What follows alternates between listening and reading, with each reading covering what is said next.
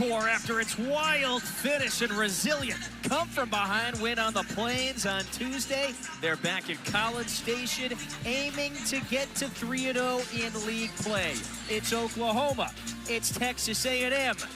In Aggie land, we say welcome inside Reed Arena on this Saturday afternoon. That is Rodney Terry, the former National Head Coach of the Year. Kevin Fitzgerald with you. How impressive was that, by the way? Texas A&M in the second half the other night, they turned a 16-point deficit into a double-digit lead in 6 minutes to help spur a comeback win.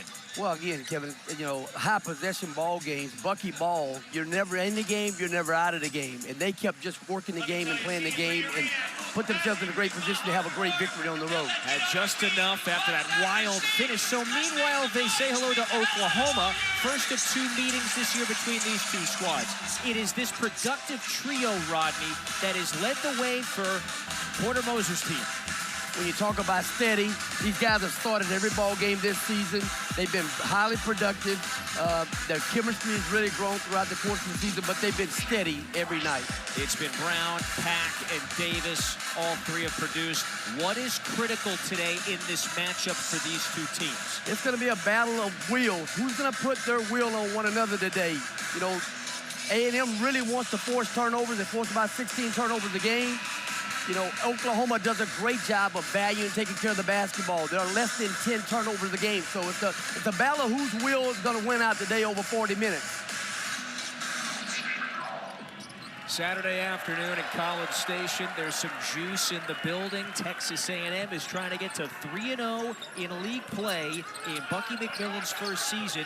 Oklahoma, after a win to open up conference play against Ole Miss, they're trying to get right after losing in Starkville a few days ago. So after the Ruben Dominguez missed triple, Oklahoma in the gray uniforms coming this way. We highlighted Brown, Pack, and Davis. All three average double figures. So does Darion Reed, one of their versatile bigs. Wagee rounds out the starting five. Nigel Pack palms away, splashes a straight-on three to get the scoring started. Right on cue. I mean, both of these teams are going to shoot a lot of threes. You got threes right off the possession of both teams.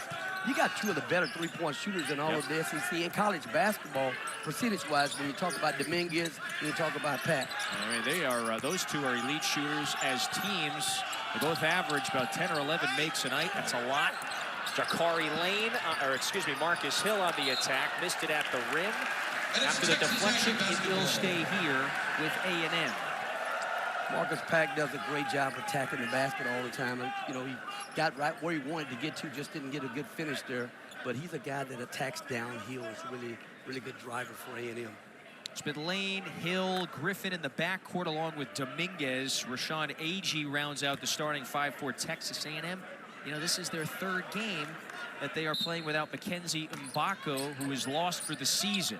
So far, they've won their first couple league games against LSU and Auburn. But that is a big absence. Mbako the remainder of the year. AG stepped up really big. He's had two double-doubles games back-to-back, so he's really stepped up and filled in really nicely at the 5 position there. And so some hounding defense here for Oklahoma. And Texas A&M has got 5 seconds on the shot clock. Lane inbounds. Go to Agee. Back out to Lane. Jakari Lane for 3. Misses everything. Oklahoma does a great job on that baseline out of bounds. It's going to be a challenge here all game long in terms of inbounding the basketball. They've got really good baseline out of bounds defense. The Sooners 11-4. They beat Ole Miss a week ago to kick off league play. Shot well in that game. They were cold at times in the loss earlier this week against Mississippi State. Xavier Brown, their productive point guard, has been playing very consistent and is scoring at a high level of late. Kevin, this backcourt with Pack and Brown both, I mean, you talk about experienced veteran guards. You know, you got a 2,000-point score and you got a 1,000-point score in those guys. Now there's Agee. He is very crafty with that ball fake. Earns himself a trip to the free throw line. Porter Moser, a 57-year-old from Chicago, all those fantastic seasons at Loyola Chicago. It's 5 years ago he gets the job here. Last season leads Oklahoma back to the NCAA tournament, and so they're trying to make it 2 in a row. This might be his best roster in Oklahoma. You think that? I think he and his staff have done a great job of putting together a really really good team out of the portal this past offseason. You know, Porter's won everywhere he's been. Final Four, you know, talking about his Sweet 16, you know, at Loyola. I mean, he's done an amazing job at Oklahoma. And his team, you know, his team doesn't beat themselves. I mean, you got to beat Porter's team. They're going to value taking care of the ball, and they're going to play extremely hard. Aggie gets a pair at the line. Federico on the floor. So Bucky McMillan, his brand of basketball, he emphasizes a deep rotation. So you're going to see 10, 11, 12 guys on the floor. Very quickly brings in Federico. McMillan, the great success at Stanford the last handful of years. It's the job here. He has brought that brand of basketball that includes that backcourt pressure that Oklahoma is going to see just about all game. You got Bucky Ball, man. Bucky Ball is threes, layups, not a lot of mid-range, a lot of press and defense, fast offense. So Reed lost it on the way in. Ball back to Oklahoma. Yeah, he is the very bright, clever Birmingham native. He joked the other night, you know, I got my first win inside the jungle. My parents, you know, Alabama grads. Yeah, they were happy a couple nights ago. Bucky's done an outstanding job also putting together a really good roster. He and his staff both have done an outstanding job. A&M has it here. Trailing by 3 early minutes. First of 2 meetings this year between these squads. This is Pop Isaacs off the bench. He has been dialed in of late, the veteran from Vegas. Pop has had a hot hand in the last 3 ball games. Last 5 ball games, he's really taken his game to another level. Averaging about 15 points over that course of time, but he's a guy that can really light the scoreboard up. Went for 21 in the win on Tuesday. This is Kirill Ilatantsev. It's the first-year Sooner, just joined the team a month ago from Russia. Nigel Pack in the lane, offline. Ilatantsev lost it, got his fingertips on it, then it was jarred away. A&M on the move. This is Hill with the no-look. Federico not in position, so they work it back out. Josh Holloway over to Hill. Hill rises. That's good. Great paint touch. A&M, great job attacking the paint, sharing the basketball. A&M's one of the best teams in the country in terms of sharing the basketball. Average over 21 assists in a contest. Heck, there's only one other team better. They're second in the nation. That's going to be a foul, though, on the inbound pass. So that is on Holloway, his first. Pop Isaacs, you know, he's one of the elite shooters in all of college basketball, and he can score in bunches. When Pop sees that ball goes through the basket, he has an incredible day shooting the basketball. He's just one of those guys that's required to score the basketball. Last season at Creighton had those injury issues. So he gets the portal again, comes to Aggie land. He's just healthy, really healthy, playing hard. Got back in really good playing shape. He's got his weight down now and getting in a really good rhythm. Oh, that is Tay Davis attacking. So that time Oklahoma very quickly breaks the pressure and into the front court for the bucket. Great job, great execution versus that pressure. They're gonna have to do that all game long. Trying to score behind the press is gonna be a big deal for Oklahoma today. Underscores your point about their veteran guards. Pack, Brown, Davis just had it. Brown has been an X-factor for Oklahoma of late. Davis can't turn the corner. Dayton Forsythe off the bench. He's a shooter. Misses his first look from distance. Feels like this is going to be an evenly matched, competitive game today. Ali Diva got it to go. Diva's giving them a really good lift off the bench. You know, A&M again off the bench. They get about 40 points a game off their bench. One of the best bench teams in the country. Is that a 5-second count? Yes, it is. There is the first turnover, and the first time it was prompted by that backcourt press. A&M by 1 in College Station today. It's A&M and Oklahoma just getting started.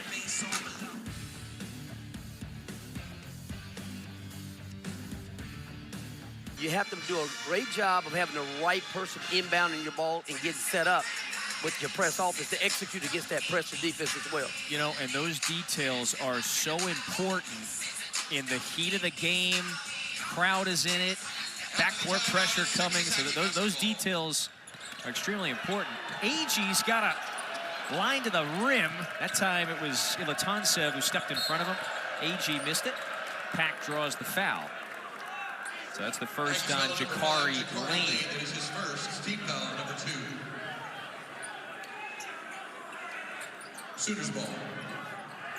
It's really important, again, your alignment, getting set up where you can get the perfect execution that you want to have against this pressure defense up the floor.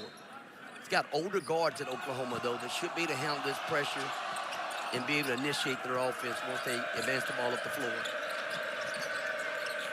Davis, boy, nearly gave it away. This is Jadon Jones for 3. Ilatantsev gets his team a new 20.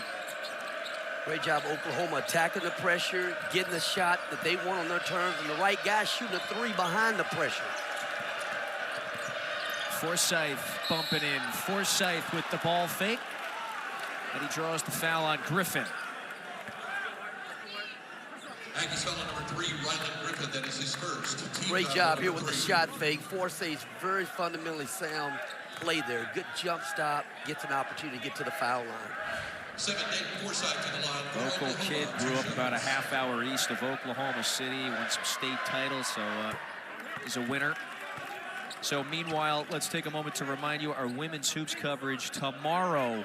It's our We Backpack triple header, and it's highlighted by these top 20 teams. South Carolina hosts Georgia at 2. The top 10 battle featuring Jenny Baranchek's Sooners at 4, and then Mississippi State Ole Miss at 6 Eastern. That is tomorrow on the network. Great matchups right there, Kevin. I mean, the women's side's got some really good matchups. So Rodney Agee has been a factor early on. He will be throughout this game. Porter talked about the emphasis on Agee in there, really staying down. Don't go for his shot fakes. Stand your ground. Boy, Griffin knocked that one out of bounds. Here we go again on a made basket. It's going to be really important again to get your offense set up the way you want to attack it. It's a dead ball situation right now. He's not going to be able to run the baseline now. And Porter Moser's and this staff, there are specific individuals. They want to inbound it here against this. You want to have some guards there to get the ball in. It's a good point. Jones can't move now. Jones receives it. Got some numbers here. It's a 3-on-2. Forsythe, ball fake. Forsythe missed the reverse. Ilatantsev, he has been important. Down low early on. Great decisions with the advantage basketball. When you have teams that pressure the way A&M pressures you, you have to make simple basketball plays and play advantage basketball. And that was a great job of executing a 3-on-2. Pop Isaacs wants it. Blocked by Jones. Nigel Pack across the timeline. This is Pack, takes it in, throws it up, missed it. You said it before, Rodney. These two teams play in high possession games. They like to get up and down the floor. Isaacs with the right. That is difficult. Buckyball, you're never going to be out of the game. You have a chance to always be in the game, but they have one way of playing, and that's fast.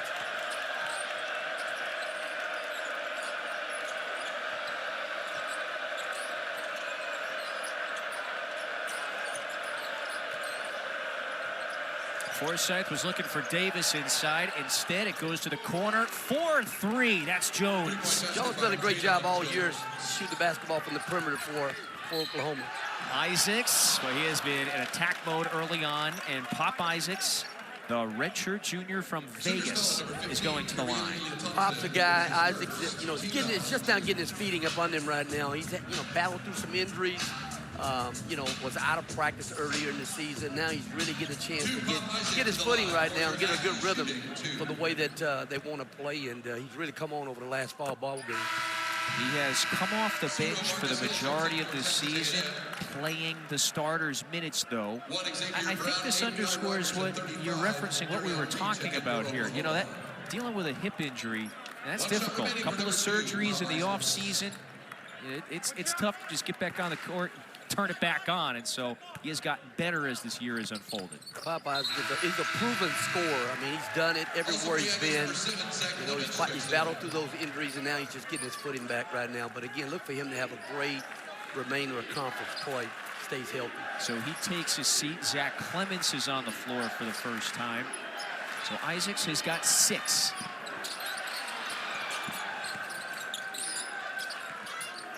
This pressure, it has been a storyline early on. We got 3 seconds here to get it across. 2 seconds. It's a 10-second count. It's the second turnover in the backcourt that this pressure is forced in the first 7.5 minutes. When you, again, coming up the floor, you're going to have some pressure release there at some point where he has an outlet to be able to outlet that basketball. Brown's a really good heady general, floor general. I look for him to do a much better job than that, but you got to have his teammates help him out as well. It's the third Oklahoma turnover. It's a tie game. Early minutes inside Reed Arena. Aggie looking to create. He's going to go to work here on a big man. Aggie goes up and scores it over the freshman Rogers. Rogers did a good job of trying to stand his ground. The scouting report again on Aggie is to stay down and not go for a shot fakes. Did pick up a foul. Aggie, pretty good defense with Rogers, just better offense with Aggie in the post. And he scored 15 in the win against Auburn, 14 against LSU. So he has been productive the first 2 conference games. Nigel Pack steps into it. Another triple. Pack's the guy, again, can make 4 of those a game for you. And he's had an excellent year this year to this point as well, shooting the basketball for Oklahoma. Yeah, that's what he's averaging. He's top 20 in the nation. He makes almost 4 a game. And he has been known as that lethal shooter for years now. Dominguez launches. Dominguez from 30+ feet. Can't leave that guy. That's another guy, again, one of the better three-point shooters in the SEC. Can't leave him. You got to be able to stay in his jersey. Brown now wants one. Brown can't get it to go. Slapped back out by Rogers. Pack offline. Dominguez, Pack. You got to throw in Tyler Nickel from Vanderbilt. They are right now the most effective three-point shooters in the league. Dominguez, yeah! Dominguez is averaging right at about 4 made threes a game. I mean, you can't give him any airspace. Reed throws it up, draws the foul. Darion Reed is at the line in a moment. A&M, Rodney, on a 10-3 run.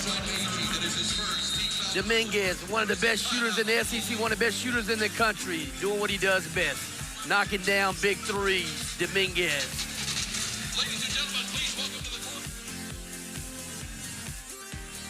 Yep. Trying to force teams into turnovers. They're forcing 16 turnovers a game. They're getting 21 points off their turnovers. You talk about their bench production. They're one of the best benches in the country in terms of points off the bench. He's going to play a lot of guys. He's playing like, 10 guys, over double-digit minutes, which is a, really big deal. So a lot of rotation, a lot of guys coming in and out of the lineup. Henry, Bucky, McMillan. I think Bucky sounds better. I like Bucky a little bit better. Bucky was his dad's name, and so it's been the nickname for the younger McMillan. Last 5 years at Samford, several SoCon Coach of the Year awards. He was a long-time high school, very successful high school head coach in Alabama. Made the jump to Division I. This past offseason, the jump to the SEC. So welcome to the power level. Got a chance to cut his teeth, at an early age as a head coach. Anytime you're able to get that and gain that valuable experience as opposed to being a GA or something, you got a chance. Nothing wrong with being a GA, but nothing like having game experience being a head coach, calling timeouts. A lot of different paths to that head chair, or at this level in particular. So after the A&M miss, Oklahoma back on this end of the floor. Pack has got the big man Clemens on him. Can't wiggle by. Reed, that corner three. That's one of his specialties. That's a great find by Pack, but again, it's one of those areas where Darion Reed has really improved his game, corner threes. Clemens from the left wing. Rogers got his fingertips on it. Some numbers here. Brown pushing. Brown, a burst over to Davis. Missed it at the rim. Maybe Clemens at the last second knocked it away. Clemens has it here, and somehow Clemens goes coast to coast. Great job putting it right back up on top of him after the missed, failed dunk attempt by Davis. You got to get back in transition, Oklahoma. Again, A&M wants to play really fast. Oklahoma wants to play really fast, too. Now, they don't want to really play slow. They don't want to bag the ball back out. They're in attack mode as well. Lob it up. That time it was Jamie Vincent who deflected the alley-oop attempt. Yeah, Rodney, we've had good action in the first 10 minutes of this one. Holloway's wide open. Missed it. And just about everything. Shot clock won't reset. This is Vincent. Can't hit it. This one's still free. Hill's got it. Hill spins. Marcus Hill draws the foul, and they count it. The continuation this year, when you get a chance again, is, you're able to play through contact. You're in the act of scoring. Get an opportunity for a three-point play. Hill gets a chance to get to the free throw line. Kind of a broken play. Hill tracks the ball down, gets a chance to play through contact, gets a chance for an and one. Marcus Hill, the fifth-year senior from Rockford, Illinois, is one of the double-figure scorers in the starting lineup for Texas A&M this year. He's crafty. He has been productive. Went for 25 earlier this year against SMU. Coming off a really good season last year at NC State. Started for those guys over there as well. One of those guys that gets downhill. He's really aggressive in this pressure defense. So again, you see the quick substitutions. Hill takes a seat. Isaac's back on the floor. You're going to see here in a second, Kevin, they're going to make some adjustments here against this pressure as well. They're going to have to get some pressure release maybe to come up a little bit further here, as opposed to the guard always having to make the catch to advance this ball up the floor. After the make, A&M is going to bring the heat. Brown makes the smart read. Forsythe gets it right back to him. But you start looking at the shot clock, all of a sudden it shrinks a bit against this A&M team. Brown, the finger roll, that's a pretty finish. The pressure defense is not always predicated on getting steals. It's about wearing your team down as well. Texas A&M wanted the three. Rylan Griffin follows. First basket of the night for the senior from the Metroplex. Reed gets it in. Reed gets it right back.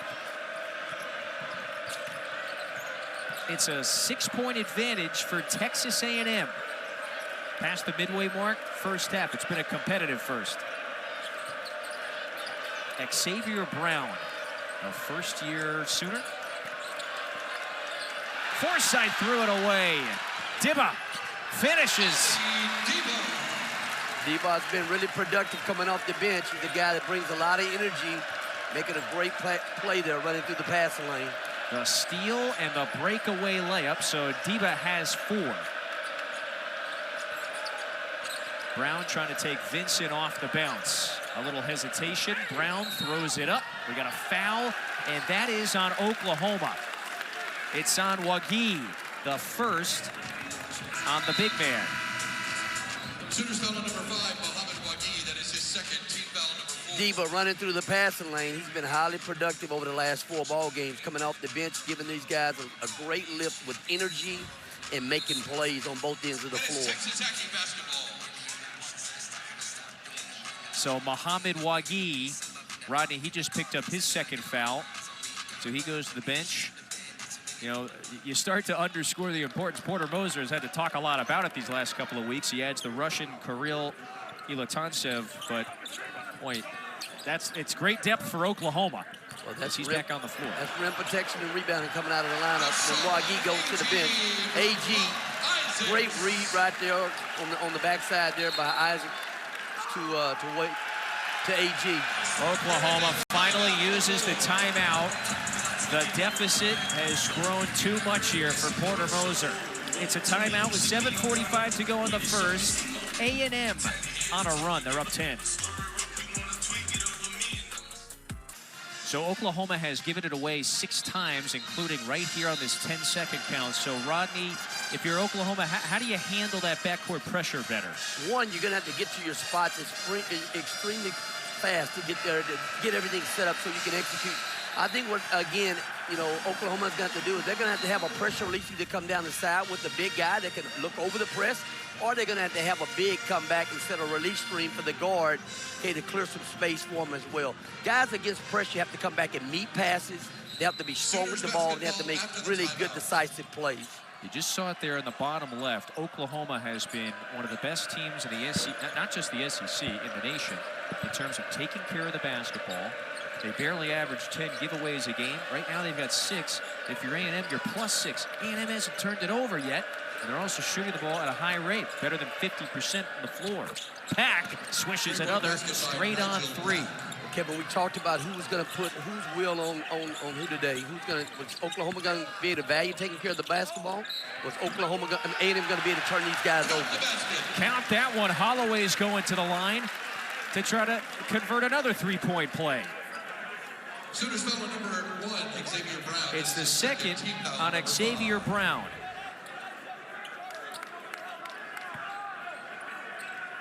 The junior from Memphis, Tennessee. Just carving out a little space, getting the whistle.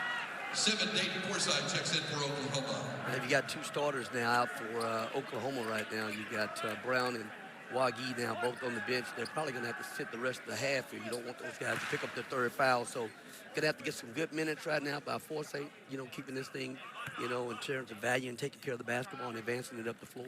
Because Texas A&M has regained this significant lead. It's a 9-point edge. That's a foul on Oklahoma. Porter Moser, he doesn't like it at all. So that's the second foul on the 6'11" Russian, Ilatonsev. So you got two bigs now that have been whistled for 2 fouls each. And it's Texas Aggie basketball. So they get the layup, and they're going to get a chance here to maybe make it a 4 or a 5-point possession. Griffin left it short. AG was looking for it, and then it's Davis on the floor. Oklahoma needs a response here, down 9.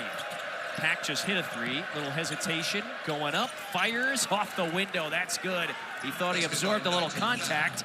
Holloway, the gather, missed it at the rim, and then there's a whistle here. So Holloway goes back to the line. It's a great job gathering that 50-50 ball and converting on the 50-50 ball, but you've got to get back in transition again. A&M's going to put it right back on top of you in transition. You're going to have to sprint back on defense. Transition defense for both teams is going to be a premium today. Both teams really like to push the ball up the floor. A&M putting the pressure on the Sooners on both ends of the floor. So Holloway is back at the line. He's the one player that came over with McMillan from Samford. And they just shredded the SoCon the last couple of seasons. Holloway's come in the game and done a great job attacking the paint. He's really, again, in transition. He's tried to get downhill and get to the basket. He's done a great job. He's done a great job on the press defense as well.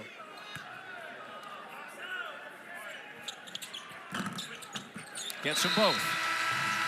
Aggie substitution, Jakari Lane. Lane back on the floor for Holloway.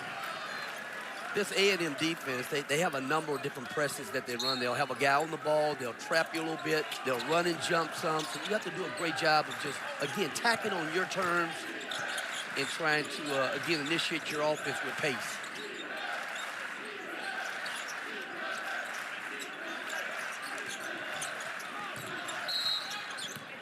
There's a whistle. And that's on Texas A&M. It's another foul on Jakari Lane. So that is his second. Trying to play out a little bit of the middle pick and roll action. They're going to get a roll and replace with a hot Pack coming up top to replace for a potential shot up top. So Lane takes a seat. Dominguez back on the floor. Oklahoma is shooting 53% from the floor. However, Texas A&M has taken 7 more shots than their opponents today.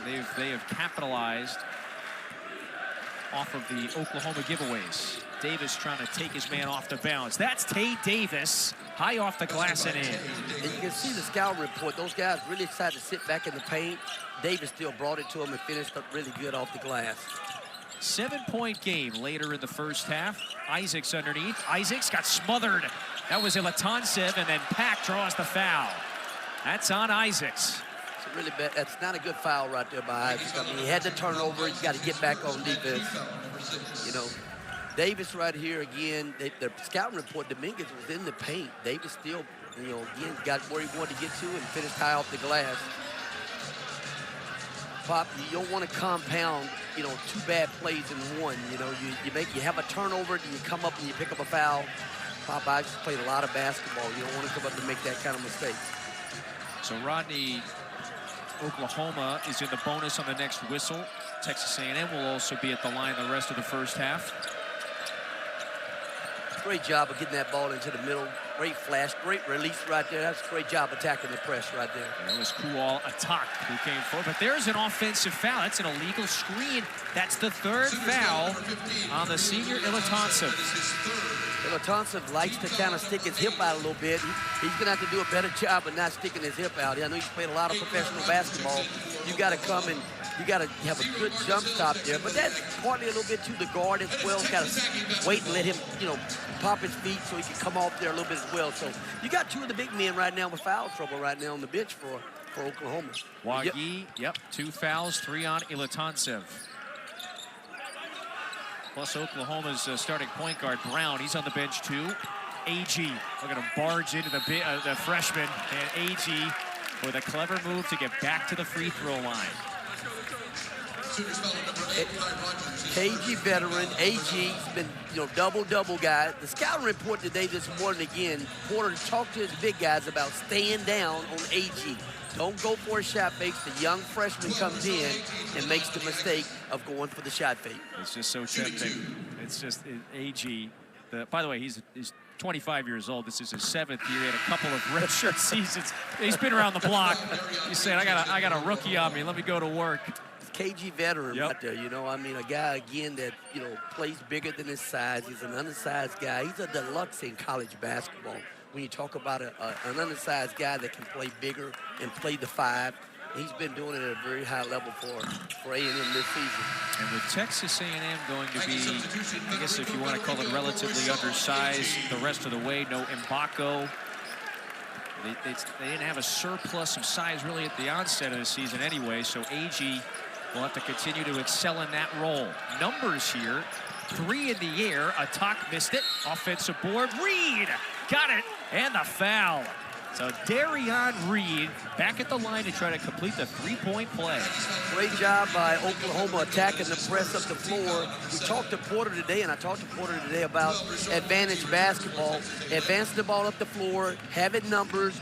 Are you okay with taking threes today? And he said, I want the right guys shooting threes. Kual was the right guy shooting threes. He's a guy that's a really good three-point shooter, so you'll take that shot behind the pressure because he's the guy that he wants shooting that three. He's their most reliable shooter off the bench. Reed completes the 3-point play, so it's back to a 6-point game. 5:40 to go in a very entertaining first half. Both teams have shot the ball well. We've seen good offense.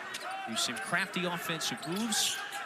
A&M has done a good job turning over their opposition, so they've got the slight advantage late in the first.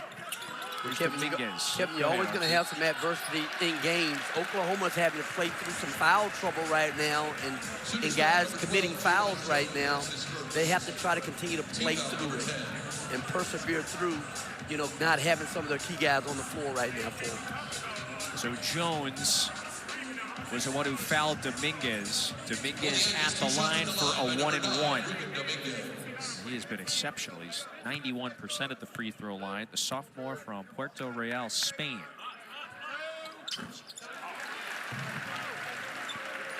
Well, we got a quick moment. Let's remind you the prime time battle tonight in Lexington. It is Mississippi State, who has started league play 2-0. Josh Hubbard, he's been on one like he has been his whole season. His whole career, rather. And then you got a Kentucky team that is looking to bounce back after a really gut-wrenching loss to Missouri the other day at home. Kevin, you talk about a guy who scored 30 points in both of your opening conference games in Hubbard. You're going to get a desperate Kentucky team tonight at home. They're going to have to play and play with a lot of conviction to try to pull one off against a team that's playing really well right now, Mississippi State. You just don't want to lose 2 games at home in the same week. And nobody wants that to happen. If you're Kentucky, you want to get some momentum the other way. They've changed defense here a little bit, showed some zone, and then went back man, A&M. Reed, he can hit this. Another corner 3 for, it's the money 3 in the corner for Reed. Reed likes that corner shot. I mean, he's really worked on his shooting and really has improved over the course of last season. In the last few games, he has been very reliable from distance. Isaacs got that one deflected and rejected. Oklahoma with a bounce within 5. Pack into the paint. Pack leaves it. Throw down. It's Davis. And give him one more. It's a great job with Pack. Number 3, Ryland Griffin. That is his second team foul, number 8. Pack doing a great job, backing up, playing the point position right here. It's a great find attacking in the paint right there. And Darian Reed shot ready. You see Pack in the paint again, finishing with Davis there at the rim. Really good pass. Pack's doing a great job right now, filling in for Brown at the point right now.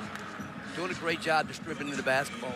Pack can play on the ball, he can play off the ball. I mean, he's an elite shooter, but he's also showing that he's a guy that can also distribute the basketball as well.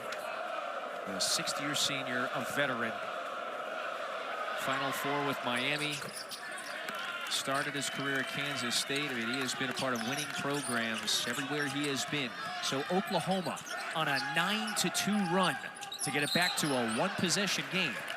That foul on Pack is his first. So it sends Texas A&M to the line for 2. Porter's got to be pleased with his guys, with the way they're hanging in there with several key guys on the bench right now, playing through foul situations right now. He's got to be happy with where they are. He's got to try to close out these next 4 minutes here and try to weather the storm. You see Aggies, Ilatansev, the 2 bigs, are in foul trouble. Brown, you mentioned it before, still on the bench. You lose a floor general in Brown. You lose, rebounding and rim protection and Aggies being on the bench. Key guys that are pivotal guys out there on the floor for Oklahoma. Pop Isaacs gets them both at the free throw line. Josh Holloway for Pop Isaacs. Holloway back on the floor. Isaacs gets a blow. That made basket, or made free throw, here it comes. Pack, a crossover to keep it away from Hill, and Oklahoma beats the press. Boy, that's in Pack's range. Offline. He hesitated, could not hit it. Davis, the follow. Davis been working hard on the glass. Comes away with nothing there. When Nigel Pack stepped in the gym, he's in range. 94 feet. Holloway off the bounce. Wild pass. Dominguez saves it.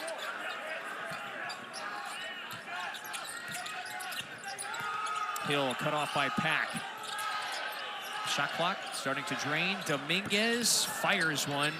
And that was a contested 3. Knocked out. And it will stay here. It's a new 20 for A&M, Rodney, when we return. This one is tightened up. 4-point lead for the Aggies, but Oklahoma's back in it. It was last year. Heck, there were times we were talking about it, you win 7 games. You go 7-11 in the league. Last year, you could just have, because of how strong it was, you could get in. Like you said, you don't want to leave anything for chance. And here's Texas A&M that has started 2-0 in league play. They've got their sights set on a 3-0 start at home here on a Saturday in College Station. They've got the 4-point lead, have shot the ball well, and have got scoring from a whole number of players. After the turnover, Hill was able to knock it away. And Texas A&M is back into the front court. Holloway turning the corner. Tied up. Yep, that's a jump ball. Possession arrow favors the Sooners. Kevin, you got to want to win your home games. You got to do whatever it takes to try to protect home court. When you talk about trying to build a resume for an NCAA tournament team, you got to go on the road, try to steal a game maybe that you're not supposed to win, try to split some road situations, but you got to protect home court. So it's a pivotal game here for A&M as well. Oklahoma gets a chance to go back home with 2 tough games coming up as well. Yeah, they get to. Look at them. Yep, Florida and Alabama will be visiting Lloyd Noble this week. By the way, Rodney, we played about 17 minutes. A&M hasn't turned it over yet. So they're +7. They have 4-7 turnovers, and they have not given it away once. That's a foul on Holloway, and so Pack should be at the line for... Oklahoma hasn't really brought a lot of pressure to them to try to turn them over a little bit. They've let A&M play very comfortable as well, Kevin.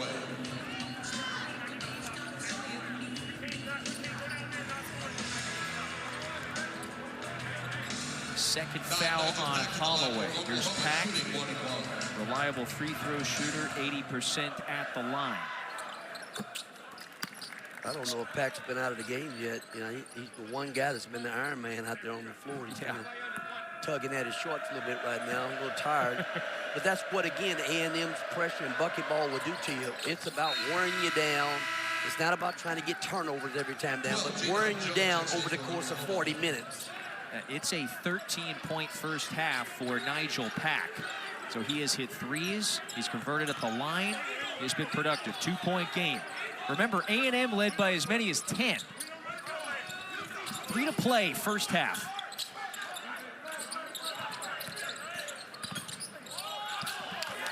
There's a giveaway, and so there you go. That is the first turnover for Texas A&M. And again, weathering the storm right now is what Oklahoma's done a great job of right now in terms of playing through some adversity with guys in foul trouble right now. They've done a better job attacking the pressure. You can't move. It's a dead ball situation there. You cannot run the baseline. It's not a made basket, so that is a dead ball situation there. It's an unfortunate turnover right there for Oklahoma. After a really good defensive possession. Called against Oklahoma, and it's Texas Aggie basketball.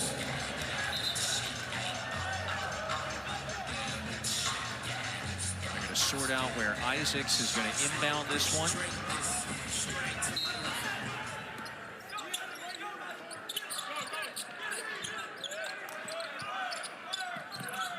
Isaacs coming to get it.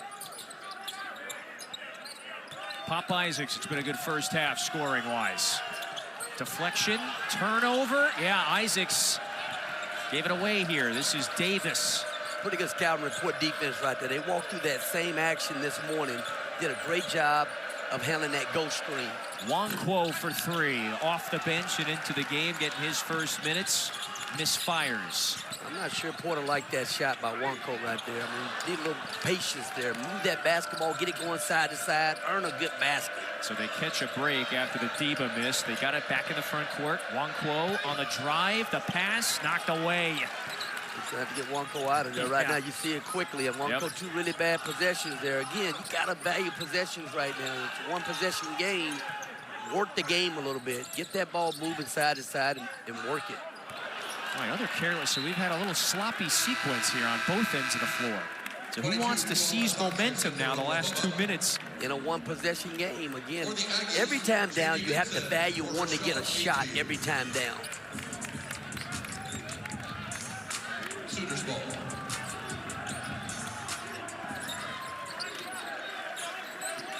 A lot of good action and a competitive first half.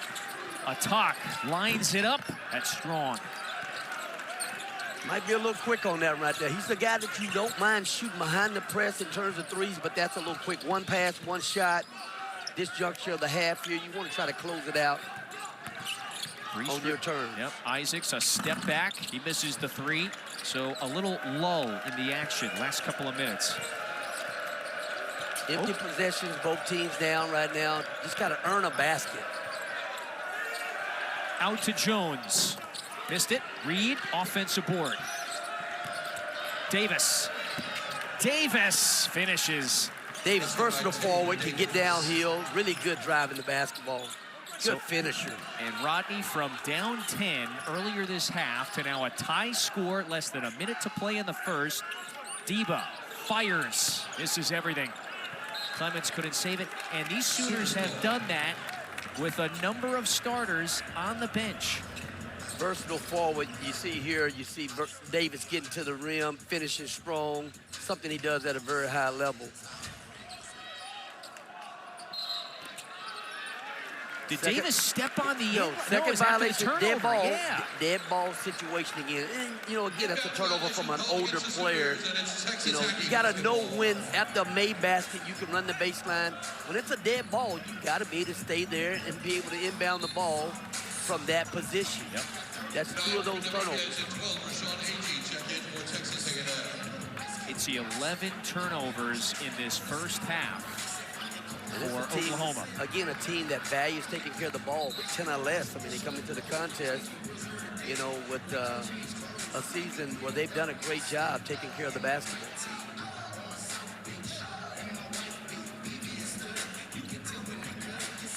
Both teams are going to head back to their benches. Reed looks like he is cut. So the athletic training staff is going to try to stop the bleeding. You know, Nigel Pack just a moment ago, you know, the dead ball inbound situations, Pack was trying to argue because you get like one step either way, but clearly in that situation, well, a little too much of a step. Both of those guys both moved. I mean, it was an easy call for the official. You got to be able to stand your ground right there, but, you know, you got to get set up. You got to line up. I think, again, when you're attacking pressure, the most important part is getting your press attack set up and getting ready. But you also have to know time and situation in terms of, can I run the baseline? Can I not run the baseline right now? They've had 2 costly turnovers in those situations. But Porter's got to be happy with, again, he's weathered the storm. A lot of foul trouble with key guys on the bench. And here we are in a tie possession, you know, game's tied right now. They were down 10 at the 7:50 mark. So they have outscored A&M by 10 last 7 minutes. We talk about buckyball. Again, buckyball, they're going to play, they only know one way now. They're going to play, you know, whether they're up, whether they're down, it's going to be high possessions no matter what. So they weren't done working on Reed in time, so Rogers is checking in.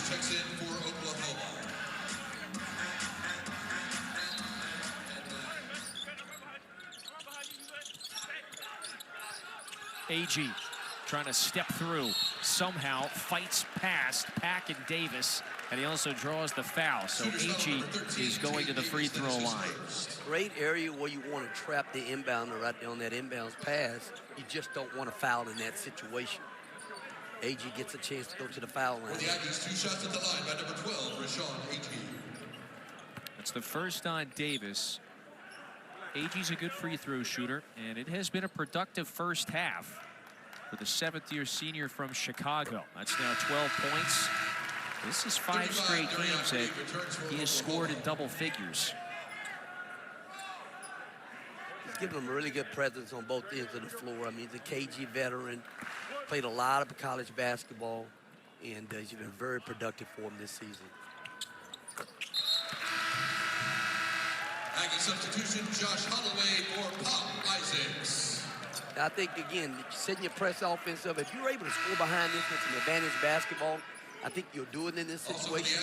Otherwise, you need to try to really work this ball side to side, get a paint touch, put some pressure on the basket, see if you can't get to the foul line as well. Well, if you're Tate Davis, now you can move.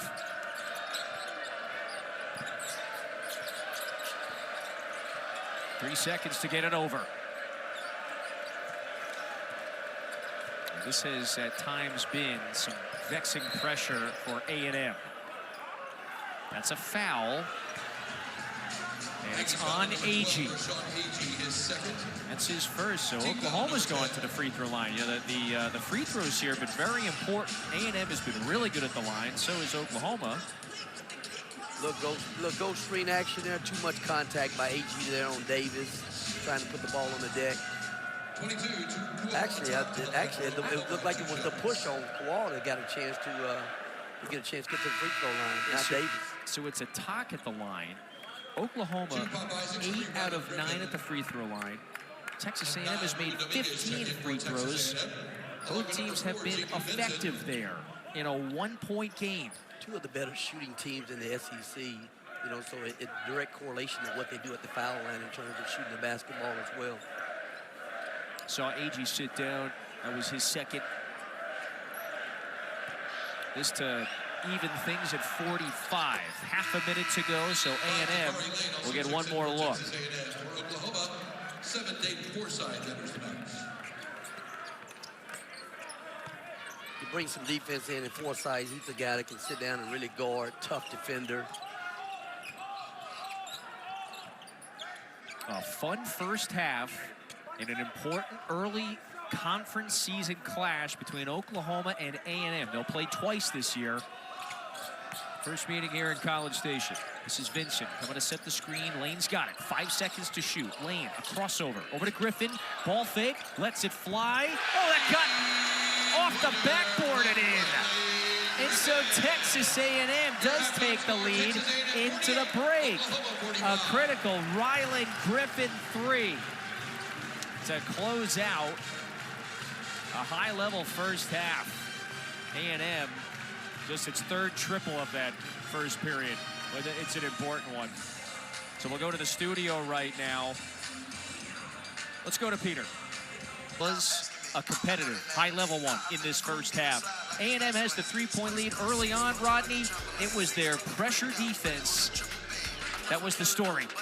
We talked about the wheels. It was going to be whose wheel on who in terms of A&M trying to force turnovers, Oklahoma trying to value taking care of the basketball and limit their turnovers. Again, the pressure defense led to a couple really bad turnovers. I thought as the half went along, Oklahoma did a much better job of attacking and executing, attacking their pressure. Luckily for Oklahoma, with several starters on the bench in foul trouble, the veteran Nigel Pack started to heat up and got OU back in the game. Nigel Pack, he's played a lot of college basketball. You talk about a guy who was first team All Big 12, 2,000-point scorer. He's done a great job of not getting rattled. Did a nice job filling in for Brown at the point guard spot as well. He led the way for the Sooners with 13, hit 3 big triples. Meanwhile, on the other side, it was Rashawn Agee who led the way in scoring for the Aggies, so 12 for number 12. And you can see the third bullet point, how big the turnovers have loomed in this game. The Sooners, they are very good with the basketball, but they gave it away 11 times. That's 6 more than Oklahoma. They've done a great job all season long, 10 or less turnovers. Last ball game, they had 13 against Mississippi State, but they've got to take care of the basketball and get a shot on their turns every time down. Sooners trying to bounce back after the loss. Can they pick up a road win? Meanwhile, the Aggies are trying to keep this momentum rolling and start 3-0 in league play. Somehow Griffin got that one back. Dominguez can't get it to go. Great action right out of the halftime there. Bucky came out with a really good set there that got Rylan Griffin right to the rim. Just didn't finish that. Pack for 3. That's good. The right guy, Kevin, scoring behind the pressure, shooting the 3. You want Nigel Pack shooting that basketball. He has 16, and he's right at his season average a few moments into the second. And we're even at 48. Hill pulls the trigger. Marcus Hill answers. That's a bonus right there. If Hill's making 3s, that's a bonus there. He's the guy that usually gets downhill. You'll take that. Oklahoma breaks the press. They've got numbers. Reed is wide open. The corner 3. He nails it. Nice job getting the guy in the middle of the press there, and then attacking on your terms in terms of finding Reed in the corner there. He's done a nice job shooting that ball from the baseline today. Yeah, that time Lane gets somehow wiggles to the rim and scores. That's his first basket. Yeah, for Darion Reed, all 3 of his triples coming from the corner. Oklahoma. Oh, boy, he's open again. Reed puts in another. Great recognition by Pack, finding the guy that's got the hot hand in the corner there in terms of Reed. That's 4 threes for Reed in the corner. You know the Oklahoma practice gym, you know what they put in the corner? They got that dollar sign. When they use the tape, they put the white dollar. It's the money corner. The money corner. 3. You make a living at the next level if you can make that shot. Griffin now from 15. Instead, decided to pass it. Agee thought he had risen there to take the shot, so it's a giveaway. A&M don't shoot a lot of 2s. They're mostly a 3-point shooting team, layups, scoring off turnovers. Pack is trying to take Dominguez off the bounce, and so he shows the athleticism that time. Pack is in his bag today. I mean, he's distributing the basketball with good assists. He's scoring the basketball. I mean, he's doing a little bit of everything today. Here's Brown. Up to Reed. It bounces out. He could never get the handle on it. And so now A&M, can they make Oklahoma pay for the transgression? This is Lane. Back out to Dominguez. Pulls it. Missed it. 2-20, though, for the Aggies. It's a great find by Lane there. Dominguez, one of the best shooters in the SEC. Griffin, a little stutter. Rylan Griffin draws the foul. That's the first on Darion Reed. And so the senior from Dallas is at the line in a moment. Darian Reed, man, he's done it all day today in those corners. He's been shot ready. They've done a nice job. Pack has found him several times in that corner, and Reed has knocked those down with big threes. Reed has hit the shots. Pack is playing really well today. Sixth-year senior. Meanwhile, Griffin, 82% at the line. A veteran, played a lot of games. The ex-Jayhawk, after he started his career at Alabama, spending his senior season in that Aggie uniform. A&M's doing a great job of really attacking the paint. They've gotten some paint touches. They've missed a couple chippies right there at the rim, but they've gotten to that paint almost every possession down. They put a premium on that. Oklahoma, 4 out of 5 from the field to start. Oh no, Davis missed it right at the rim. So A&M, can it convert? This is Griffin. Passes up the 3 over to Lane. Wide open. No, not that time. Oklahoma has the upper hand now, with playing with a lead, which it hasn't done much today. Nigel Pack could not stick the 3. Davis lost it. Wagee got his hands on it. Here comes A&M. This is Dominguez. He's open. Dominguez for 3. Yeah! Dominguez makes about 4 of those a game. One of the best in the country shooting that basketball. He's got 3 today.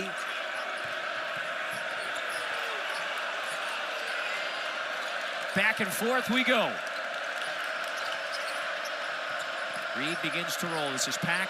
Got Dominguez on him again. Step back, book it.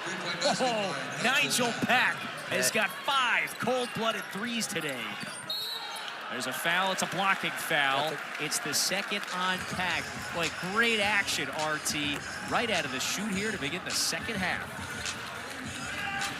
2 of the best, again, 2 of the best 3-point shooters in college basketball. 2 of the best in the SEC. Dominguez there in transition. Pack's been in his bag all day, making big shots. Big 3 for Pack. 4 points right now in his career, so he's done it everywhere he's been. This is a guy, again, that was first team all Big 12. Played on a Final Four team at Miami. Yep. I mean, Nigel Pack, he's seen a lot of college basketball. He got clocked in the face, evidently, at some point in his first few minutes here, so he's playing with the bloody nose. He's got 21 points tonight, Rodney. He has hit 5 important 3s in a back-and-forth game in College Station. This guy had the chance to have 400 made 3s in his career. I mean, what a career. I mean, a guy that was, not heavily recruited, but has had a stellar college career. And so what does that equate to? He's made a lot of 3s. Well, he's just played a lot. Yeah, but it's more about the efficiency. He is, throughout his to this point in his career, averaging almost 3 makes per night. Rylan Griffin rattles one in to put the home team back in front. Great set after the ATO. Good execution by A&M coming out, getting Rylan Griffin a really good look. Both of these teams have hit big shots. They've thrown punches. It's a foul on Lane. He should know better. That's his 3rd. That far from the basket, too much pressure, getting your hand there in the cookie jar. Too much out there, out front in the open court. Easy call for the official there to make. Lane's played a lot of basketball. You want to pressure, but you want to play smart in terms of your pressure defense, especially that far from the basket. He's trying to fool the official that time, but not so fast, so he has to sit down. Rodney, look at the foul situation for a number of players is going to be a factor down the stretch. It appears. Got several players that have been whistled for 3 fouls at this point. Both teams, they do have some depth, quality depth on the ball club. Oh, Griffin, you want to have your main guys out there. Griffin blew that one up. Agee kicked to the corner. Griffin right back to Isaacs. It's a number of Aggies that passed up the 3. So now Isaacs will initiate some things. Pop Isaacs into the paint. Bounce pass. Deba missed it. Great idea to cut, but could not finish. It's a really good burn cut. Everything good except the finish. Davis at the rim. Yeah, with the left. Tate Davis. Tate Davis does a great job of getting downhill. Versatile forward. He's really a point forward. He's a guy that can handle basketball and is a great finisher at the rim. Rodney, he is into double figures with 11. Aggie front rimmed it. Aggie likes to take those open threes up there, you know, and take some time getting his shot off there a little bit. I think he's made 7 on the year, but, you know, I like him a lot better 15 feet in. Where he has excelled today. Reed, close range touch in the paint. He fades. No. Davis crashing hard. And a foul on Isaacs. Kay Davis, senior from Indianapolis. Look, Pack and others, they have had the scoring touch, but he makes as many important plays without having to score the ball. Kevin, he's one of the elite offensive rebounders in the SEC. He's a great crasher, get to the glass. He's a guy that can attack downhill. You know, he's, again, one of those Swiss Army knife guys. He can do a little bit of everything. He can guard on the perimeter, a really good offensive player as well. You see him, again, rebounding outside his area. He does a great job of really attacking the glass. Oklahoma's second leading rebounder today. He has 7 to go along with the 11 points. It's been a good afternoon for Davis. He sits down. Reed into the corner. Pack got his man in the air. Pack for 3. Cash money from the corner. That Pack is given to him today. Again, he's got everything cooking today. 6 threes for the 6th-year senior from Indianapolis. As she likes to remind Porter Moser, you know the Final Four is in my hometown this year. That's the dream and the goal for a lot of these Sooners. After the Dominguez miss, Reed, that was his 9th rebound. And a foul. That's on Federico. That was a great job by Brown right there, initiating that contact to pick up that foul. Nigel, again, this guy's been on fire all day long. He's really aggressive and looking for a shot. I mean, he's in a zone today. It's a 24-point performance for Pack. We got a whole lot of time left in this game. So here's Oklahoma, now leads by a couple of possessions. They rarely led in the first half, outside of the quick 5-0 lead right after tip. Ultimately, were able to tighten the game up, went into the breakdown 3. And so they have had the upper hand early on in the second.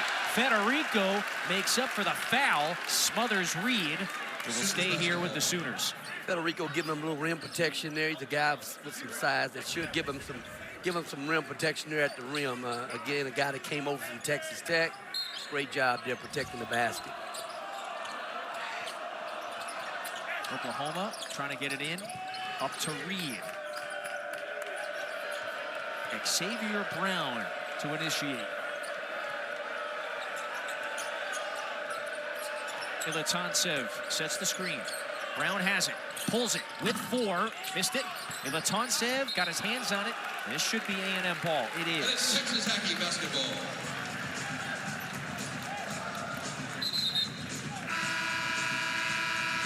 Tay Davis returns for Oklahoma. Aggie substitution. You got 6 guys on the court right now. Oklahoma, they got to get somebody. They got to get somebody up there. They got 6 guys out there right now. So is Brown. Aggies is going to replace the senior from Russia. Porter Moser and the staff, they got that one sorted out. Yeah, we got 6 out there. You don't want that technical foul right there. In the nick of time. Good game today in College Station.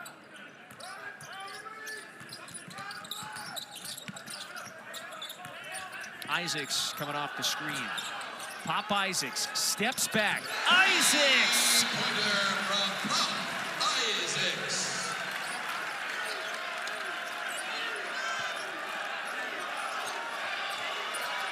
Pressure.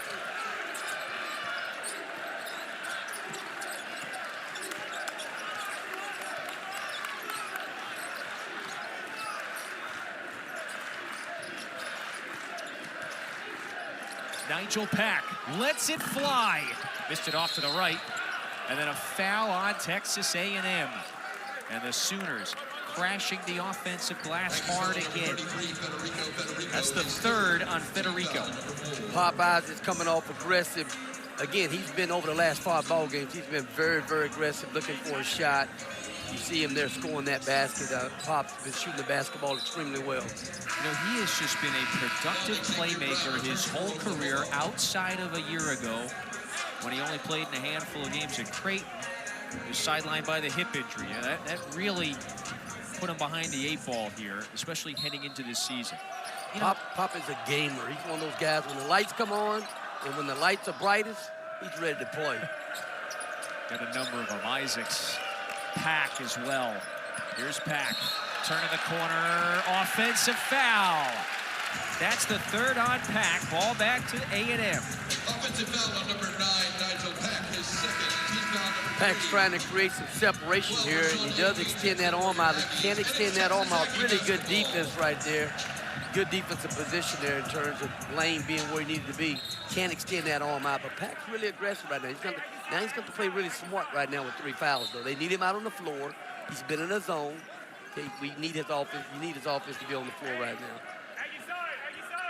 Just about at the 12-minute mark, second half.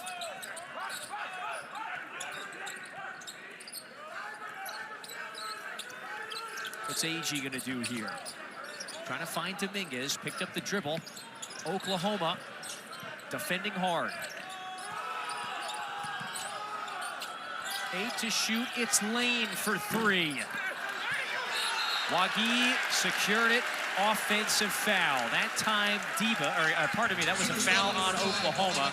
That time Deba crashed the glass hard, and he gets rewarded. After the foul, A&M inbounds it when we return. Regular season champions, made the Sweet 16.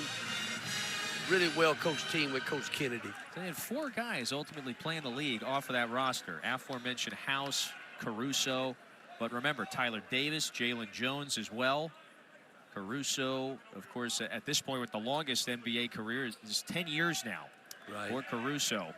And House had some years there in Houston playing for the Rockets as well. And again, a talented young player. And those guys are homegrown Texas guys. You know, you talk about Caruso being right here from College Station.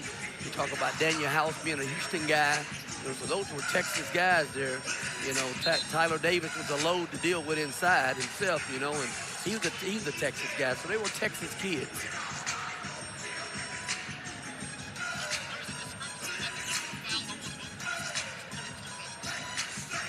All right, so Owen Short just came over here to clear things up because you saw the officials go to the monitor and the players go back to their respective huddles. Just trying to determine the number of fouls on one Oklahoma player. The last foul was picked up on Wagee on the rebound attempt. Not sure if they're looking at any other guy there in terms of a perimeter player, perhaps, that may have a foul discrepancy. Yeah, after that prior sequence before we went to the timeout, there was a foul on Wagee. That was his 3rd. I would assume the officials are just maybe checking that they called the foul on the right player there. Bart Lennox, Owen Short, Bharat Ramdanan, these are officials, NCAA tournament caliber officials. So Bart's coming over right now. We'll get the scoop.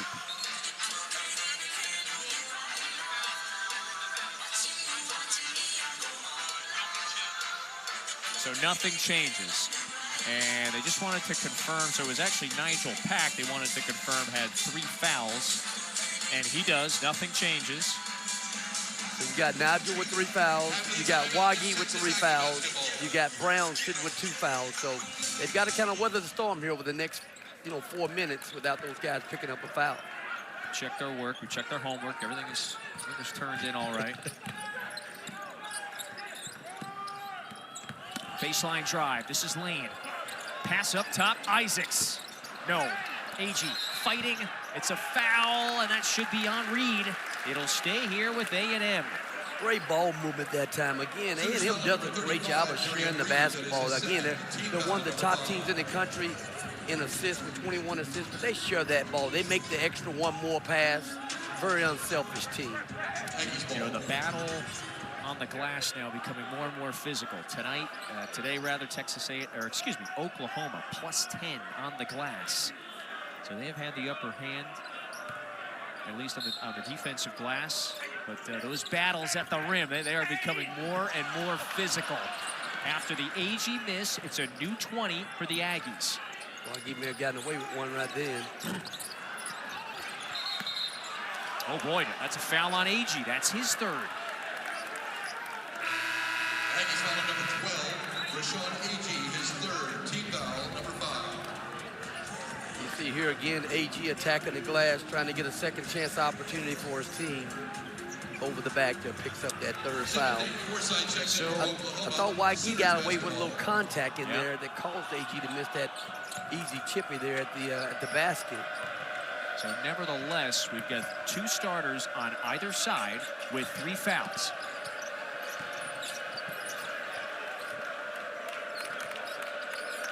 Oklahoma by 1. Brown keeps the dribble. He's got the big man Agee on him. 8 to shoot. Brown telling him to clear out. Brown had the pass deflected. Isaacs knocked it away. Opportunity for the Aggies. Jakari Lane underneath, keeps the dribble. And he did drag the pivot foot. Turnover. You know, he had a chance to play in pick and roll there. The drop coverage there with Agee there, and chose not to kind of take him on a little bit. You know, if he does that, he doesn't have to dribble out all the way through here. And again, really an unforced turnover there. That again, attacking it, that pick and roll action is probably what Lane needed to do in that particular possession. You wanted him to attack that mismatch, look to score. Love them taking an opportunity to attack Agee in that drop coverage. Good battle. Both teams want an early conference play victory. This is Brown at the rim. Brown throws it in, and a foul. Xavier Brown, the junior from Philly, is going to the line. Brown getting downhill, knows what to do when he gets to the cup. Finishes strong, gets a chance to get an M1. 7, Zach Clemens checks in for Texas A&M. Oh, Brown, exhausted there. He and these Oklahoma guards, they have had to work 94 feet tonight. And again, Bucky Ball, you know, we talk a lot about forcing turnovers. A lot of it is on the middle too as well in terms of their constant pressure the whole time. They want to wear you down. A person team wants to wear you down mentally, physically, to at the end, you know, they're going to have a breaking point to where the game turns the way they really want it to turn. Xavier Brown, what an acquisition this offseason for Porter Moser's team. 2 all-conference seasons at St. Joe's, and the first-year Sooner has had a good season. He's got it here. A burst into the front court. Picked up the dribble. Reed slipped. Reed may have to call a timeout. Moser's asking for it. Is it a tie-up? There's a tie-up. Possession arrow, though, will keep it here with Oklahoma.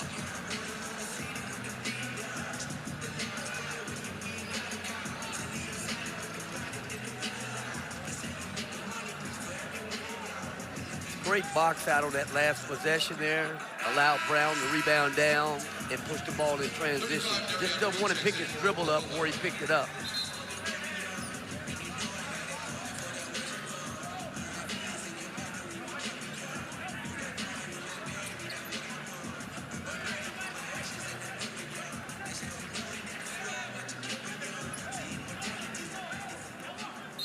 Sooners basketball.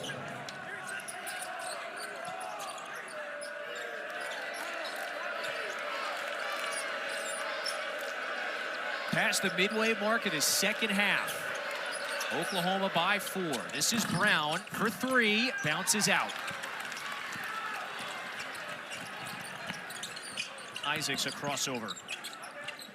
Back out to Clemens. He pulls it. 4-3. The big fella can stretch the floor. Clemens can shoot the basketball from the perimeter.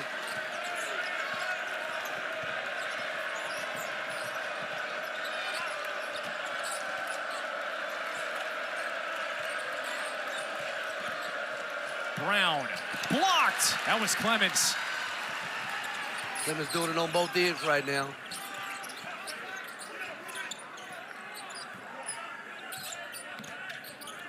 Isaacs. He wants to go to work here instead. Over to Clemens. Clemens backing down the smaller Forsythe. We got some contact. Forsythe draws the foul. Took one right in the sternum that time.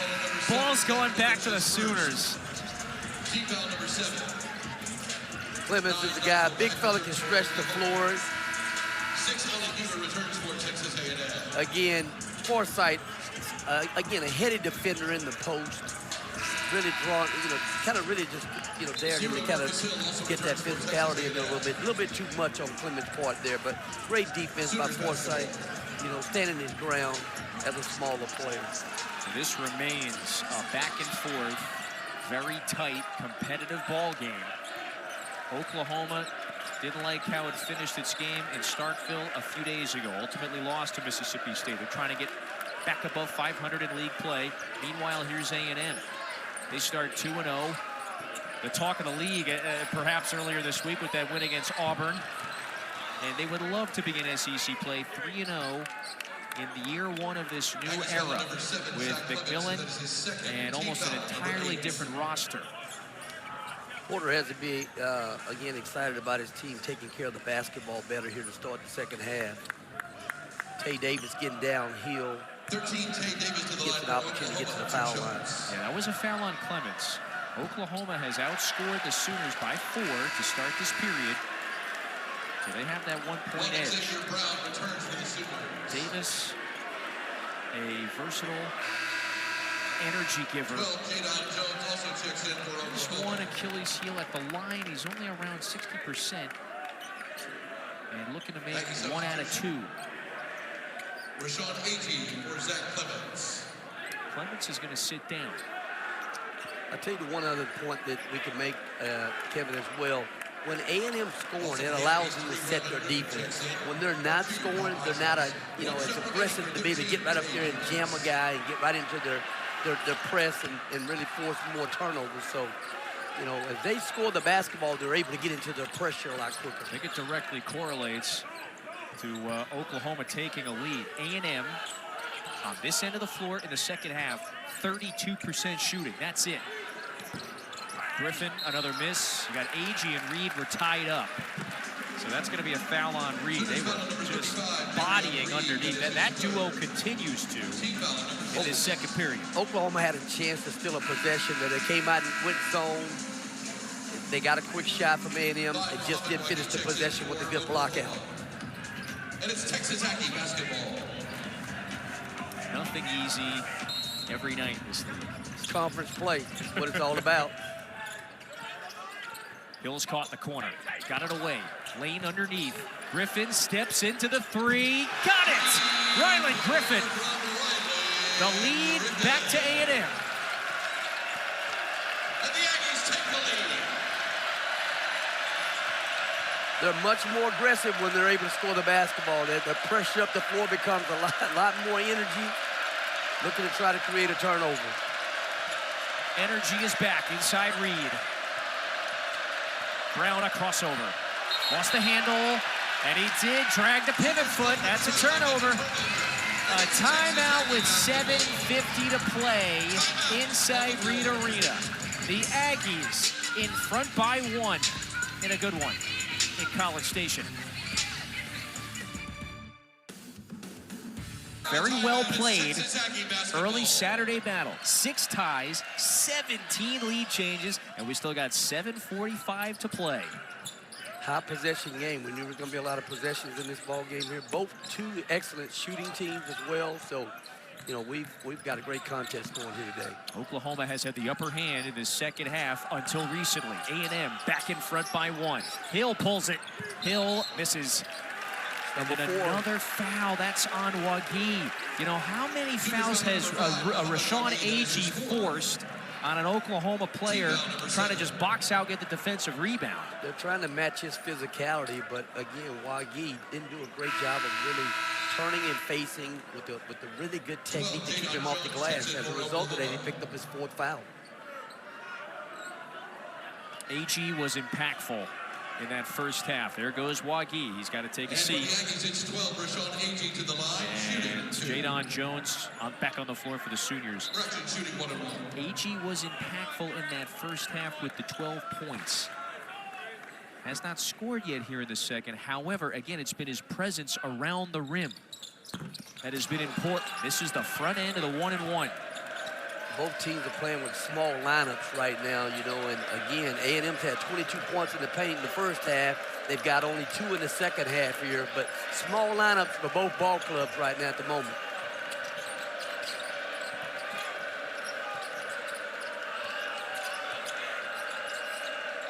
Nigel Pack. Knocked away by Hill, 4 to shoot. Pack is gonna have to throw it up. Pack for 3, that's short. Diba's got it. Foot on the gas, Ali Diba, no. Numbers for the Sooners. That is a smart pass from Jadon Reed to Jadon Jones to Reed. Oklahoma back up by 1. 18 points now for Reed.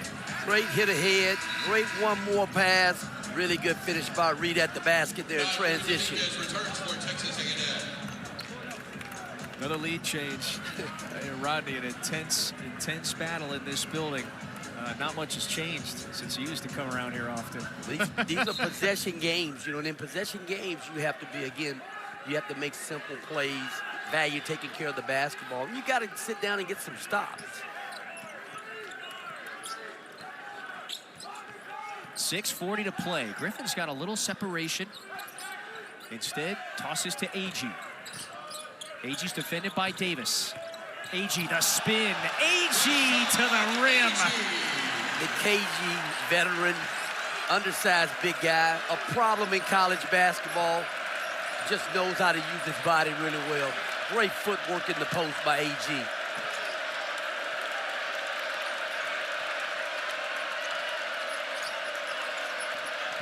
Brown trying to beat Griffin off the bounce. Chucks it back out.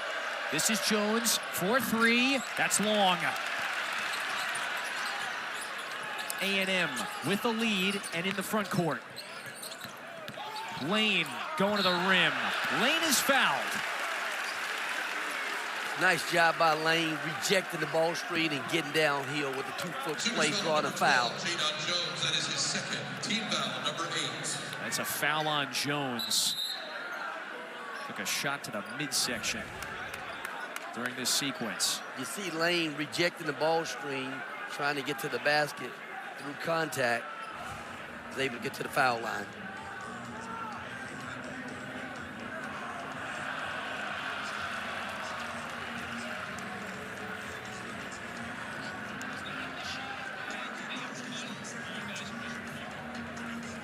Mr. Drew. The call on the floor is a common foul, and Oklahoma that plays under review. All right, so it probably stems from the contact when Lane goes up.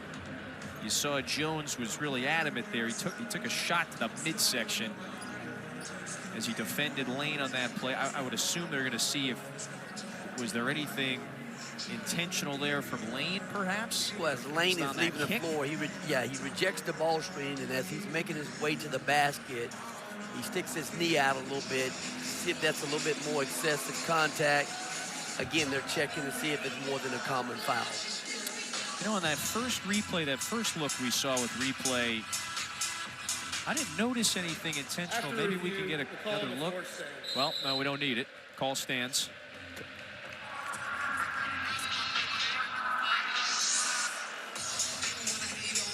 So nothing that is unsporting or worthy of adding any sort of flagrant here. Normal basketball play, approach going to the basket, nothing more than the extra contact there. Great job by Lane rejecting the ball screen to get downhill to get to an area of the floor where he's more effective around the basket. It's the double whammy for Jones. He gets tagged with a foul. He takes a shot there on that one. Of course, nothing intentional or unsporting from Lane. Jakari Lane, senior from Huntsville, Alabama. That one rolls off. And Jakari's a really good free throw shooter. I mean, he shoots a high percentage from the foul line. You want him and feel comfortable about him being at the foul line. A&M has been effective there as a team. 16, even with the miss, 16 out of 20. But 1 of 4 at the line in this second half.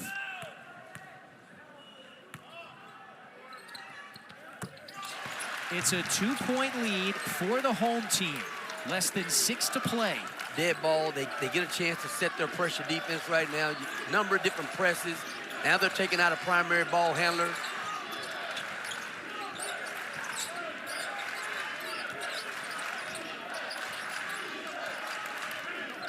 Really good game today between these two. Pack passes up the 3. Nigel Pack picks up the dribble, floats it up, bounces out. Ball back to Oklahoma, or to A&M. Pack got a great look there. I mean, he found some separation, had an angle and an opportunity there. The ball just didn't go in the basket for him.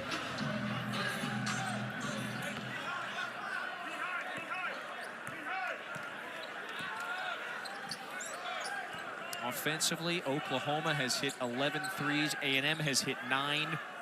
Both teams have gotten to the line. There have been some good offensive sequences today. Aggie starting to, yeah, 4 fouls on Wagee. Had to be careful, and that time Oklahoma comes away with it. Davis pushing the break.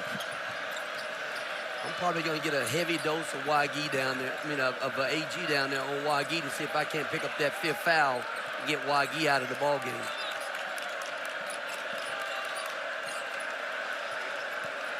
Brown to the cup. Nowhere to go for Brown. 4 to shoot. Davis for 3. Agie's got it.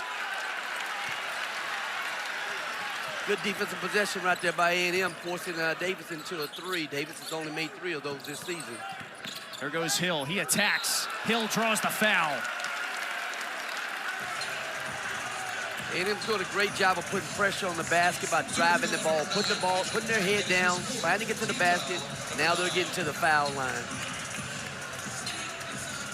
So that foul on Nigel Pack. So it's now a pair of starters for Oklahoma with 4 personals. Pack and Wagee. 2 guys that have played a lot of college basketball. So you know, from a trust factor in terms of a coach, you want to leave them out there. You need them out there right now, but they've got to play smart without trying to pick up that 5th foul. Texas A&M, how many times have we used the word pressure? They put pressure on you in a variety of ways. This kind of in it together sort of a group. You've got 14 players out of the 15 on this roster were elsewhere a year ago. Bucky McMillan had to work very quickly to assemble the roster after he got the job. It's the one thing he pinpointed earlier today, because just trust me, we have seen that natural improvement from November. We've seen the chemistry and the continuity crystallize, get better. They're in position here, perhaps at home, to maybe get to 3-0 in league play. That would be significant. They've gotten better over the course of playing with each other, and they've got a chance here to try to open conference with 3-0 record here at home. Hill now has 10 after the 2 free throws. Davis cut off. Reed's got it. Brown for 3. Way off. Reed got it. Foul. Reed to the line. For Darion Reed, it's now a double-double. That was his 10th rebound to go along with the 18 points. Second chance opportunity. Oklahoma's done a great job of crashing the glass. Reed, great job getting up here trying to finish it. Gets a chance to get to the foul line.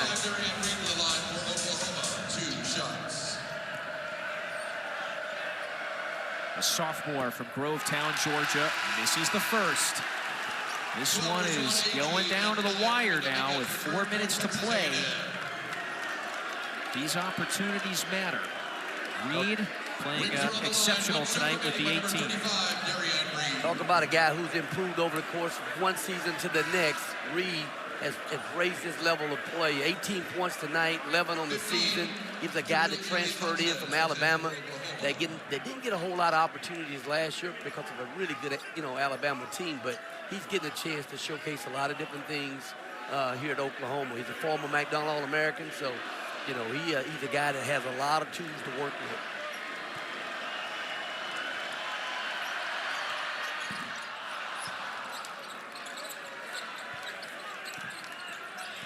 Four to play, one possession game, Rodney. It's going to get down to execution right now.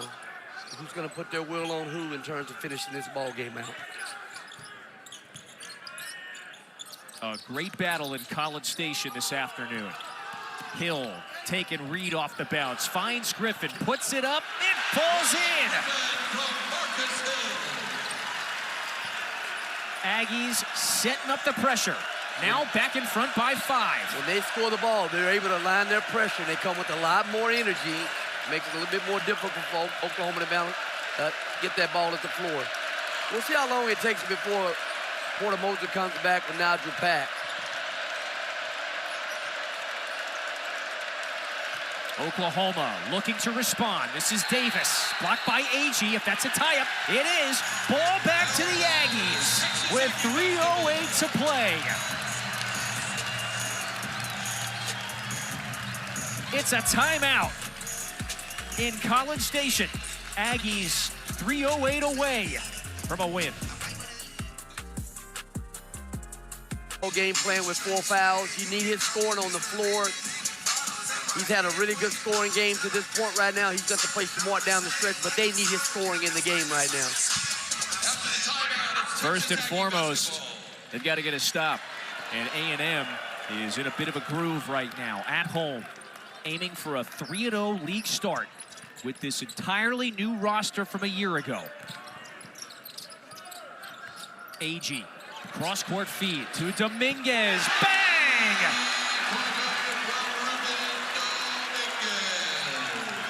Bucky did a great job in his shoot-around. That double team came. Agee did a great job throwing it out of the double team. You find Dominguez, you can go ahead and count that. That's 4 made threes for him today, right at his average, what he's getting done on the season.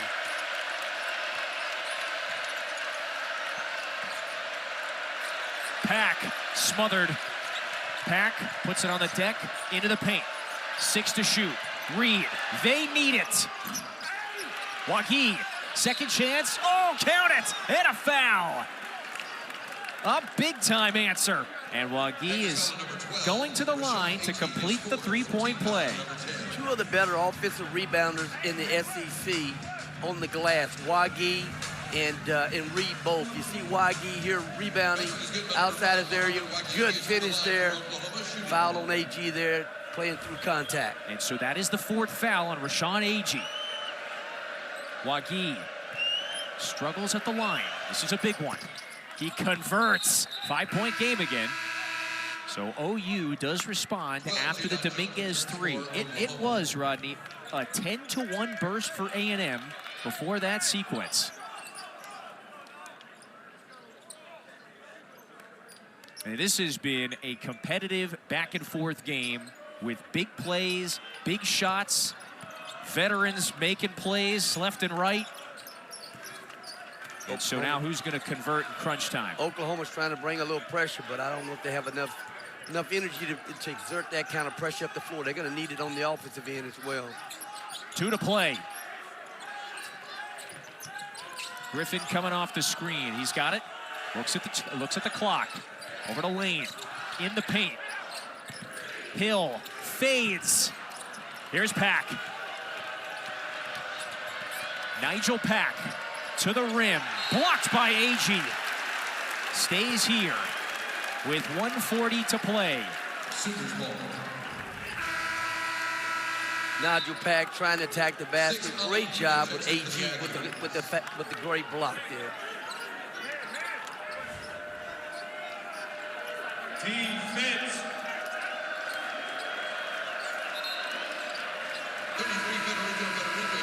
Oklahoma has, they have been pushed, they have been pressured.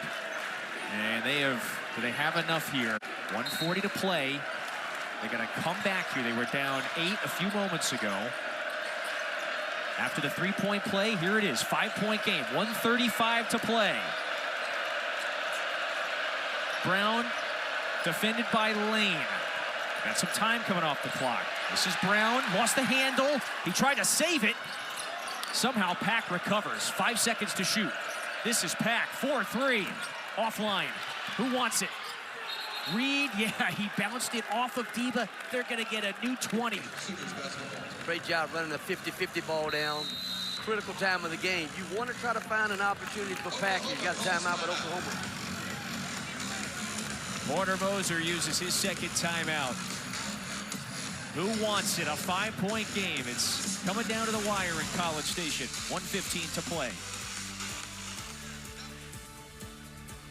He gets something for Pack.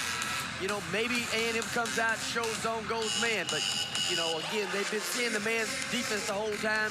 A lot of chess play going on here right now in terms of what each team's going to do from an offensive standpoint and a defensive standpoint.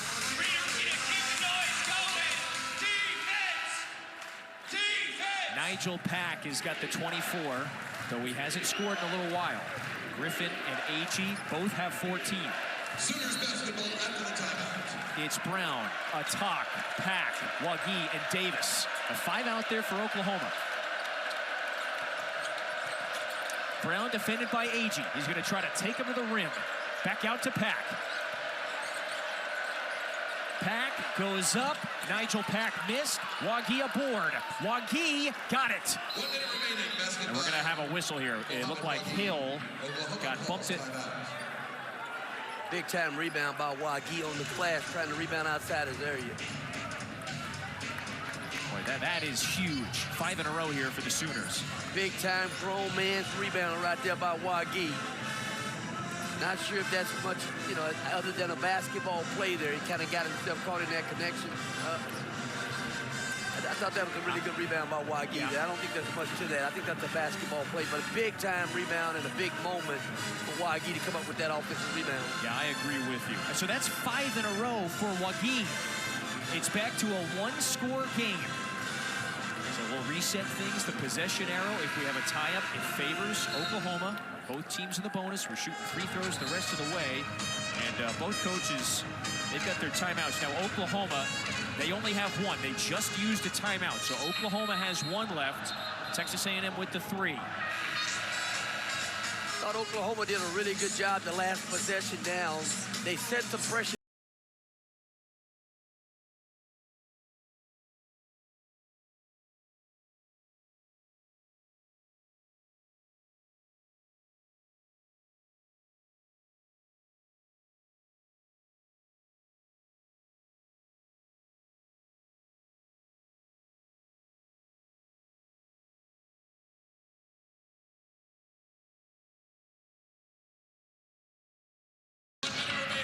There has been juice, there has been energy, there has been hype in this arena. What do they got here? Last minute. A&M has the advantage. They've got it. Oklahoma got to have the stop. Lane, left-hand dribble. Defended by Pack. Here's Agee. Gotta look for the double to come right now. They staying at home right now. Wagee staying at home one-on-one. Bump into him, puts it up and in. Agee's got 16. Timeout, Bucky McMillan. Great job by Bucky getting that ball to Agee on the block there. Really good job of getting that ball inside the Agee there. You know, Wagee has 4 fouls. He really doesn't want to foul. They weren't in a position to get a double there, so it was one-on-one defense there. Great job with Agee finishing at the basket. He has made just some timely baskets. He has been impactful throughout.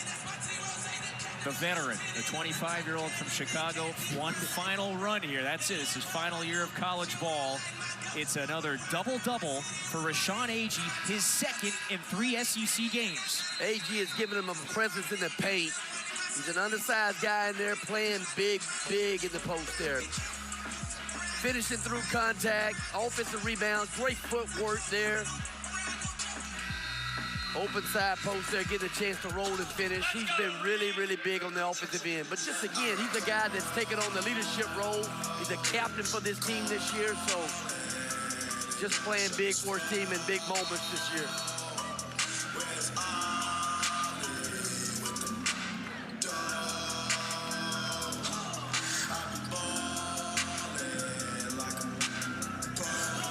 Bucky McMillan, they listened to him a few days ago. He said, we need to pack this place for a home game against a good Oklahoma team. They responded. They answered the bell. His team's got a 5-point lead. You need a great home court, you know. In the SEC every night, there's going to be dog fights. You got to have your home crowd. Brown, he picked up the dribble, and so Oklahoma has to use its final timeout. I want to ask you this one. How much has the A&M pressure, listen, OU's got a bunch of veterans. They've got great players. How much is the pressure, though, worn them down throughout this game? You know, Oklahoma, again, in the first half, they end up, I think they had 11 turnovers at the half. They've done a much better job of taking care of the basketball. But A&M forces 16 turnovers a game, but they do a great job of really just wearing you down physically, mentally. That's what buckyball does to you. That pressure and constant pressure, it wears on you. A veteran guard like Brown picks up the ball there. Again, no outlet, no pressure release. You know, again, it just wears you down a little bit. You know, just with the amount of time that they do press you in the backcourt, it's just inevitable. Sequences like that can happen. So Rodney, 32.3 left. That's it. Oklahoma does have it, but down 2 scores, and they're now out of timeouts. They got to do a great job of getting this ball in bounds right now against pressure coming to length of the floor. But they've got to also be able to, you don't need a 3 right now, Kevin. They can live with the 2 right now and stretch this game out as well.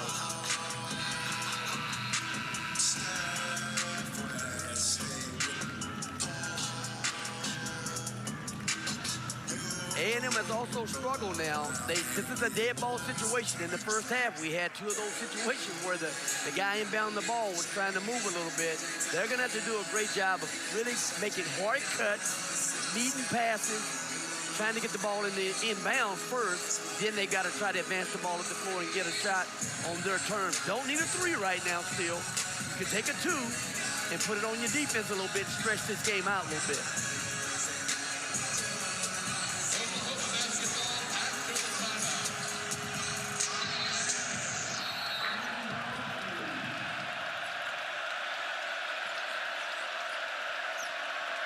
Brown's got to go. Can't take up too much time here. Reed sets the back screen. They've got an advantage. Brown spins. Kick it back out. A talk. He traveled. Left his feet. It's another turnover with 21.3 to play. That was a great closeout by Riley Griffin on an elite 3-point shooter. Really good defensive contest there. Forced that turnover. Oklahoma had a really good press break set. They brought Reed up to set the back screen to get Brown downhill. Just didn't get anything out of it.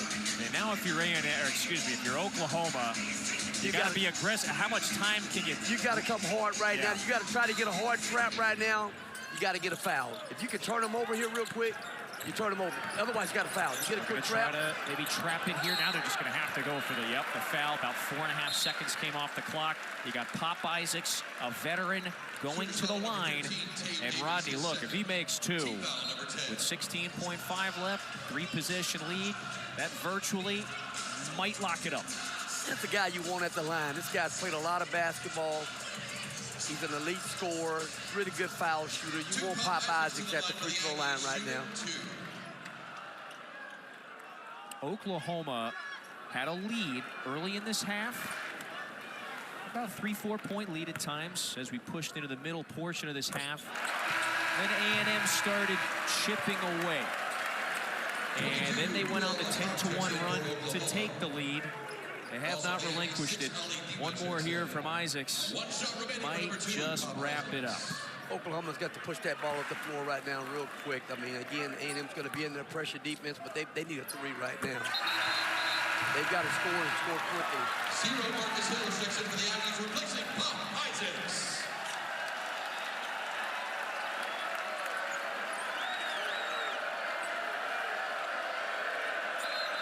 They've got the 3-point guys in the game in Kowal and Pack.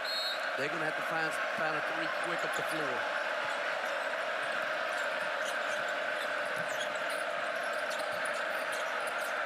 Pack for three, 10 seconds left, missed it. Aggie nearly secured it on the floor. There's a whistle.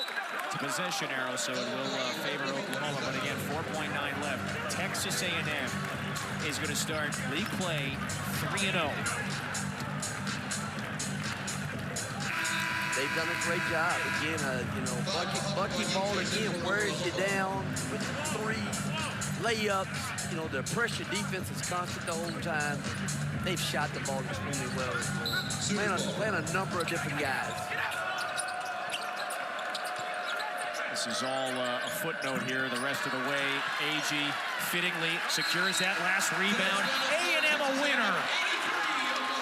83-76 the final.